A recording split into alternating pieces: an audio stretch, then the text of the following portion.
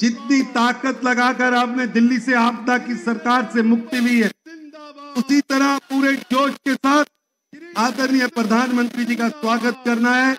70 আসনে দিল্লি বিধানসভায় 48 আসন পেয়ে সরকার গড়ার পথে বিজেপি। হেরেছে অরবিন্দ কেজরিওয়ালের আপ সরকার। দিল্লিতে অরবিন্দ কেজরিওয়ালের এই মধ্যপন্থী অবস্থান এবং ছদ্ম ধর্মীয় রাজনীতির জন্য এই ফলাফল বলে অভিমত রাজনীতিবিদদের একাংশে। ফ্রি বিদ্যুৎ শিক্ষা পরিষেবা দিলেই ভোটে জেতা যায় না। ইন্ডিয়া জোটে শক্তপোক্ত অবস্থান না থাকার জন্যই এই ফলাফল। সাম্প্রদায়িকতার প্রতিযোগিতা দিয়ে ধর্মোন্মাদদের বিরুদ্ধে লড়া যায় না, এই কথাগুলোই ভেসে আসছে বারবার। এদিন সিপিআইএম রাজ্য সম্পাদক মোহাম্মদ সেলিম বলেছেন, দিল্লির আজকের ফলাফল বুঝিয়েছে সংঘ পরিবার কি করতে পারে।